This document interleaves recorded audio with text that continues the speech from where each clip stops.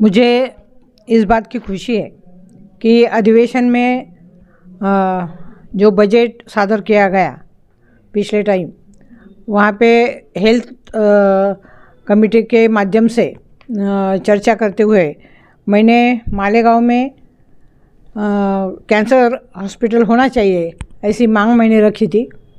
और सटाना बागलान में multi speciality hospital के लिए भी मांग मैंने रखी थी। तो यहाँ पे शासन की तरफ से लेटर आया है। सम्मान्य सिविल सर्जन, मालेगांव के सिविल सर्जन और महानगर पालिका के जो कमिश्नर है, तो उनको कहा गया है कि सदर हॉस्पिटल के लिए जो जगह चाहिए उसकी खोज करके हमें बताओ।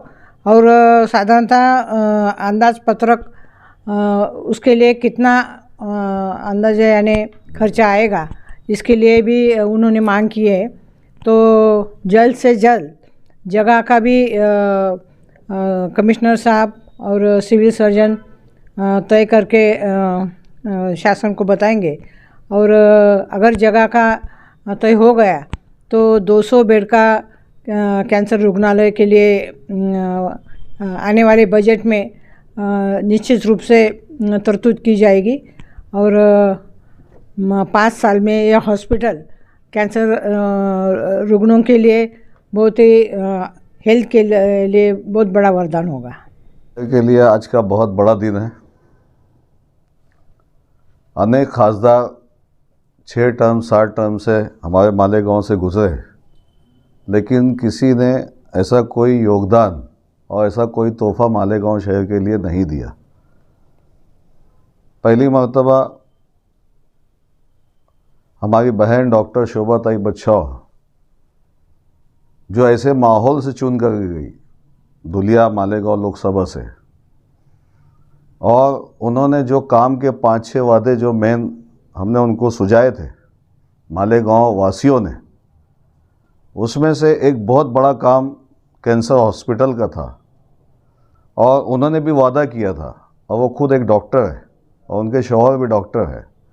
उन्होंने आज से महीना 1.5 महीना पहले पार्लियामेंट हाउस में मालेगांव के लिए और बागलान के लिए, मालेगांव के लिए बिलखुसूस 200 बेड का कैंसर हॉस्पिटल मांगा था, जिसको आज महाराष्ट्र शासन ने मंजूर किया।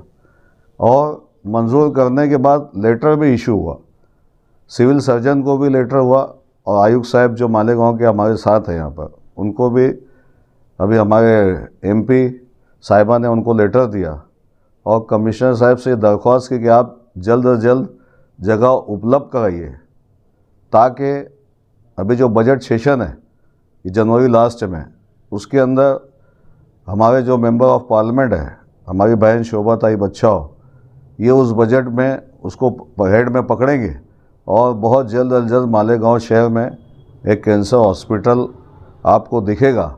और मालेगांव शहरियों के लिए ये एक तोहफ़ा हमारे एमपी साहिबा ने दिए। हम मालेगांव की ओर से आपको बहुत बहुत मुबारकबाद देते हैं, और ऐसे ही आप काम करते रहें, ये हमारी अपेक्षा आपके साथ रहेगी।